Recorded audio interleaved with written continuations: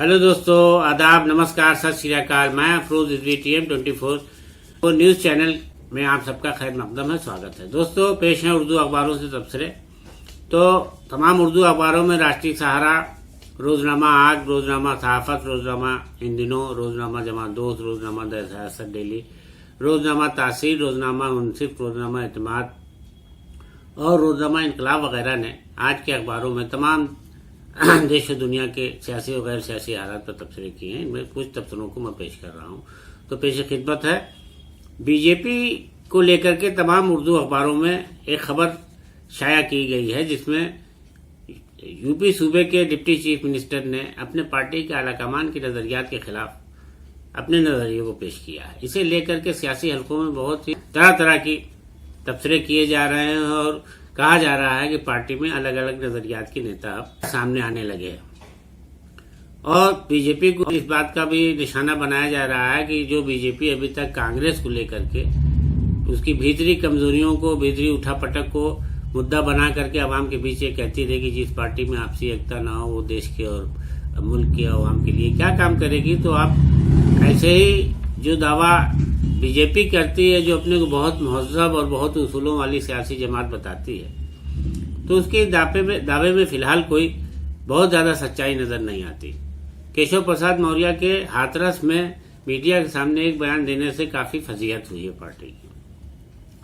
वहां उन्होंने अखबार नवीसों से बात करते हुए ये बात कह डाली कि अखबार वालों ने पूछा था उनसे कि यूपी में अगला इलेक्शन असेंबली का जो होने जा रहा है 2022 का, उसमें किसकी क़यादत में इलेक्शन लड़ा जाएगा। तो उन्होंने सीधे तौर पर कहा कि कमल के फूल की क़यादत में, यानी बीजेपी का जो चुनाव चिन्ह है उसके क़यादत में चुनाव लड़ा जाए।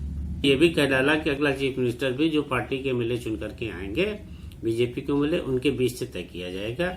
ये सब बातें कहने के बाद एक नया सियासी हंगामा, तूफान उठ खड़ा हुआ है बीजेपी के अंदर कि पार्टी के भीतर लीडरों में आपसी नजरियात में कितना फर्क है। और खासकर ऐसे जिम्मेदार लीडर जो कि डिप्टी CM है योगी सरकार में, उन्होंने ऐसा कहा है। तो अब इस बात को लेकर हैरत जताई जा रही है कि पार्टी के आला कमान यानी नेशनल सदर, पार्टी के कौमी सदर अमित शाह ने अभी हाल ही में लखनऊ के दौरे में ये बात लोगों से साफ साफ कही कि पार्टी का अगला इलेक्शन, यूपी का असेंबली इलेक्शन 2022 का योगी आदित्यनाथ की ही क़यादत में होगा और वही अगले वजीर आला भी बनेंगे। उन्होंने यहां तक अवाम से कह डाला कि आपको मोदी को लाना है मरकज में, केंद्र में, तो आपको पहले योगी को चुनना होगा। तो इस तरीके से उन्होंने अपने नजरिए को पेश किया था, लेकिन अब उसके ऊपर केशव प्रसाद मौर्य ने पेश किया है, तो इसको लेकर के तमाम सियासी हलकों में तरह तरह की चर्चा है। दरअसल इस सिलसिले में रोजनामा आग ने अपनी एक खास रिपोर्ट में काफी तफसील से इस पर चर्चा की है। अखबार लिखता है कि हाथरस में उन्होंने जब मीडिया वालों को बयान दिया तो उनके चेहरे पर कोई खौफ या उसकी लकीर नहीं थी कि हम क्या बोल रहे हैं और अभी हाल ही में अमित शाह क्या बोल गए हैं। बहरहाल डिप्टी मौर्य के यहाँ मीडिया वालों से सवाल किया था कि क़यादत और उसको लेकर के चीफ मिनिस्टर को, तो उन्होंने इस बात को दरकिनार कर दिया कि अभी हाल ही में अमित शाह जी क्या बोल गए हैं। तो इस तरीके से मौर्य का ये बयान अभी साबिक सदर यानी होम मिनिस्टर अमित शाह के बयान से काफी मुखालिफ है, यानी उनके बिल्कुल उल्टा है। और यूपी में जो बातें उन्होंने कही थी आकर के साफ तौर पर कि योगी चीफ मिनिस्टर भी होंगे, योगी की ही क़यादत पे चुनाव लड़ा जाएगा, तो इस मौर्य के बयान से लेकर के अब बीजेपी को तमाम सवालों को घेरे में लाके खड़ा कर दिया है मौर्य के इस बयान ने।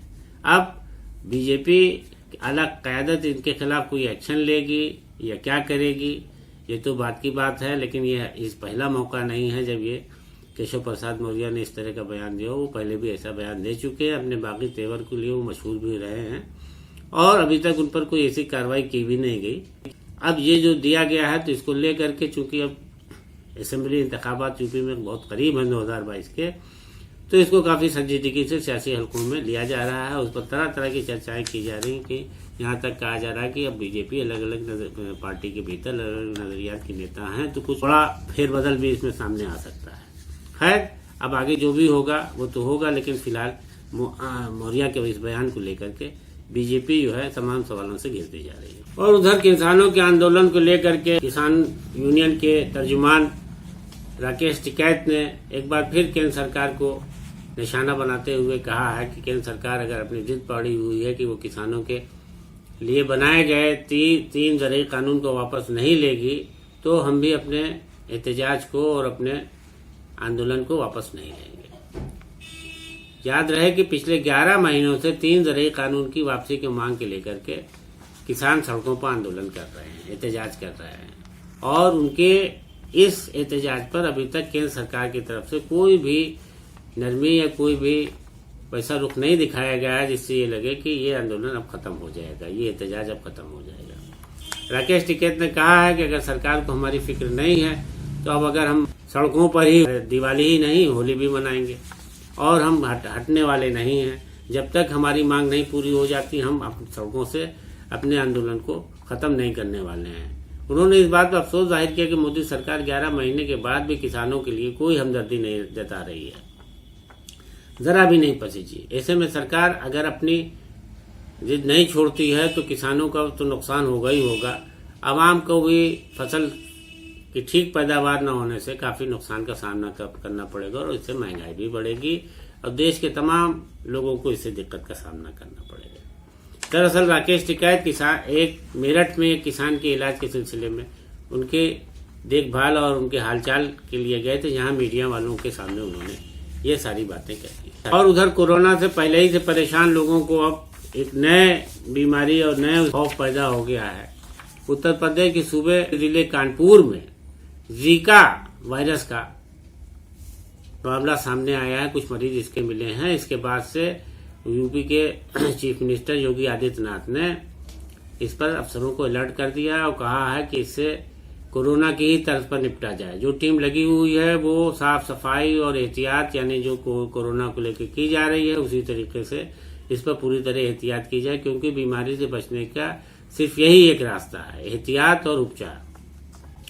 तो ऐसे मामले जैसे भी दिखें तो उस पर सख्ती से तेजी से कार्रवाई की जाए और चीफ मिनिस्टर ने सारे जिम्मेदार अफसरों से कहा है कि इस बात पर निगाह रखें कि कहीं भी गंदगी की शिकायतें न मिले, क्योंकि गंदगी ही एक बड़ा वायरस फैलाने का जरिया बन जाता है और उससे हमको तमाम दिक्कतें होती है। तमाम अफसरों को हिदायत दे दी, अलर्ट कर दिया है कि वो अस्पतालों में इसकी मुनासिब इलाज और मुनासिब इंतजाम क्या वो करें। और अब कुछ आलमी तबसरे। यूरोपीय यूनियन की एक रिपोर्ट ने जंगजू गिरोह के अब भी पाकिस्तान में मौजूद रहकर हमले करने की रिपोर्ट पेश की है। इसमें बहुत अफसोस जताया गया है कि पाकिस्तान जो दावे करता है कि अब यहाँ कोई जंगजू गिरोह नहीं है, सरकार आने के बाद पूरी तरह जमहूरियत है, तो ये गलत है। यूरोपीय यूनियन की रिपोर्ट के मुताबिक जंगजू गिरोह अब भी पाकिस्तान में मौजूद रहकर लोगों पर हमले कर रहा है, नुकसान पहुंचा रहा है, जिससे एक बड़ा खतरा पूरी बिरादरी को, पूरी आलमी बिरादरी को है। और इस पर जो है नकेल लगाने के लिए रिपोर्ट में सारे बातें कही गई हैं। इसके अलावा रियाद से खबर के मुताबिक सऊदी अरब के शाह सलमान अब्दुल अजीज ने कहा है कि दुनिया में जब भी कोई बड़ा संकट, बुहरान सामने आया है तो उसके लिए सऊदी अरब हमेशा अपनी जिम्मेदारी को निभाने में आगे रहा है।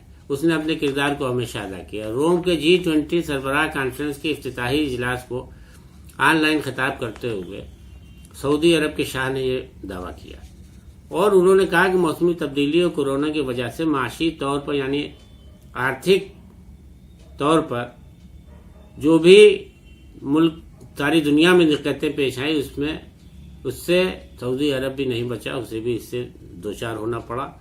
मगर सेहत के शोबे में और आलमी बहरान के संकट के हल में सऊदी अरब हमेशा अपनी जिम्मेदारियों को महसूस करता है और पूरी जिम्मेदारी से इसको अपने किरदार को अदा करता है। तो दोस्तों आज के तबसरे में इतना ही। कल फिर आपसे होंगे रूबरू। तब तक के लिए दीजिए इजाजत। आदाब, नमस्कार।